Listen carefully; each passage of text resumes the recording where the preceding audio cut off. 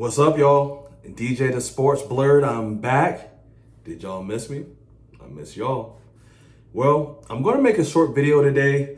I just got done watching the Alabama-Texas game, and it really surprised me. I knew that Alabama wasn't going to steamroll Texas, but I did not think this game would be as close as it was. As a matter of fact, Texas is going to rewatch this film, and they're going to see how many times they had opportunities just to flat out win the game. I mean, they missed a field goal going into the half.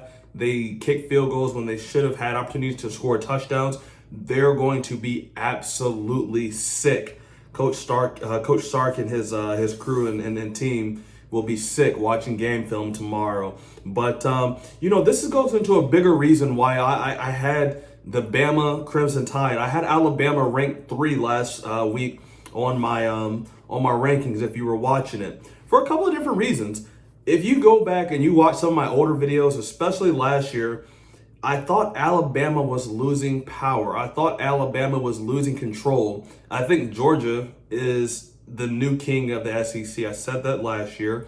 I said even before they beat Alabama in the national championship, I just felt like, eventually all good things must come to an end. And that means Alabama's run as the as a dominant king of the SEC had to come to an end as well. So, I had Georgia number 1, I had Ohio State 2, I had Alabama 3, Michigan 4, and I had Oklahoma 5 in my rankings last week. I might shift it up. I might knock Alabama down just depending on how Michigan looks today. But this is why the SEC, at least the SEC Elite, this is why they don't play true non-conference away games for this particular reason right here. Georgia. How many times have you seen Georgia open up at the Chick-fil-A kickoff where they're playing a neutral site game in Atlanta, Georgia at the Mercedes-Benz Dome? That's not a neutral site game. That's right down the street from where they really play. Same thing with Alabama. Alabama will go play, in Dallas, Texas, and Jerry World. They'll go play, in Atlanta, Georgia at the Mercedes-Benz Dome. They'll play an okay team, but they never actually play a good team away from home. They never have actually, under Nick Saban, as a matter of fact. Think about this. I want to share something with you guys. I really want you guys to listen. So Alabama has not won a true out-of-conference road game since, outside of today, since 2011. Under Nick Saban, they played 3 non-conference home games, and they'll have 1 decent, neutral site game. So really think about that. In the last 2011 and 2022, that's 12, 13 seasons right there. They have not, and I'll repeat, won a true out-of-conference road game. That is embarrassing. How they're allowed to get away with this stuff, I have no idea. I mean, Ohio State goes on the road, Texas goes on the road, Oregon goes on the road, Michigan goes on the road, Penn State, all these teams go on the road. But then we let the SEC Elite not have to do that, right? And then we give them the excuse, they have to run the SEC gauntlet. I don't think the SEC's that great. They just have I know somebody's watching this right now. They just fell out of their seat. They just had a heart attack. I get it. The SEC has won so many national championships back to back to back to back. I just still don't think they're that great. I feel like they're overrated. They're really top heavy. And the mid teams, they get a boost just because Alabama's been great, just because Georgia's been great. But is Texas A&M really scaring anybody?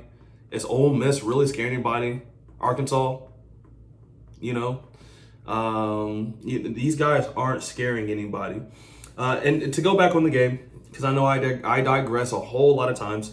If you watch the game, unranked, let me say that again, that unranked Texas team looked like the better of the 2 teams for 58 minutes of that whole game, even while having a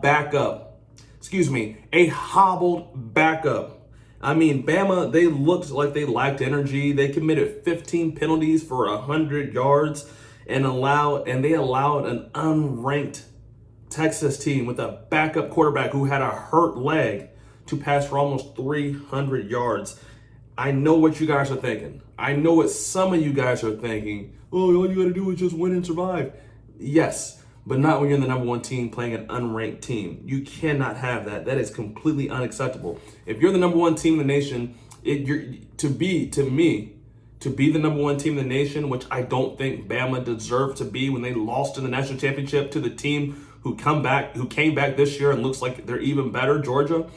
But if you're going to give Alabama the number one ranking, they have to prove why they're the number one team in the nation. And they haven't. I mean, last week, they just beat down Utah State. That's no competition. Next week, they're going to have Louisiana Monroe. That's no competition at all. And they just almost lost to an unranked team in Texas with their starting quarterback down. If they came into this game as a 21-point favorite, they were, again, fresh off a win versus a cupcake in Utah State, and they played like absolute trash. I don't mean to be so negative versus Bama.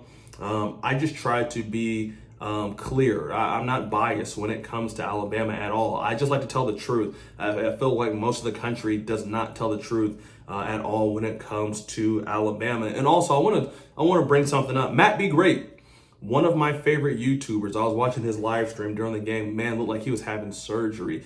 He said, and I quote, "Alabama is going to Donkey Kong Texas." Matt, where you at?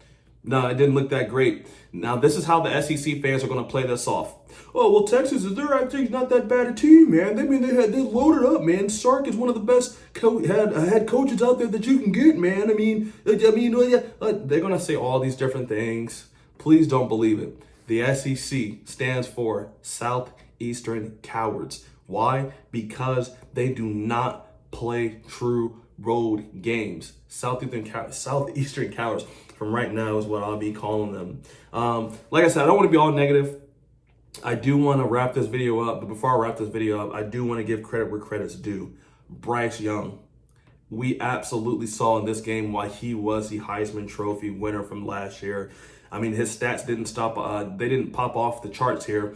27 for 39, 214 yards and a touchdown, 7 rushes, 38 yards. But if you went back and watched that game, he had so many timely plays. He looked like he was never out of control. Even when he was down, never looked like he was out of control of the game. And I do want to give him credit for just being an absolute beast out there. I do want to give you some other stats as well. Quentin Ewers, before he went down, he was 9 for 12, 134 yards in complete control of the offense. We hated to see him leave Ohio State, but, we're good with C.J. Stroud. We think he's a better quarterback anyways.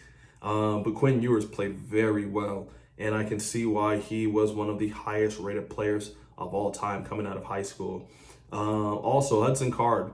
Hudson came in. He looked shaky at first, but he really settled down. He got hurt, but he had a pretty decent stat line. 14 for 22, 158 yards. Looked very solid also. And Bijan Robinson, he also was going to go to Ohio State, decommitted, and went to Texas. No hard feelings there. Who cares, right? No, I'm joking. Bijan Robinson, the running back for Texas, played a very good game. I know his stats don't, again, show it. He had 21 carries for 57 yards and a touchdown.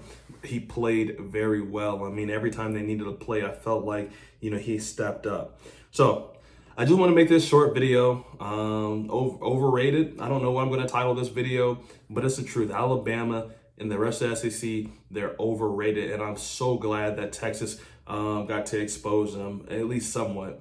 It's hard to expose somebody when you still lose. But this was a really good game. It was really entertaining, hard fought. Both teams played very well.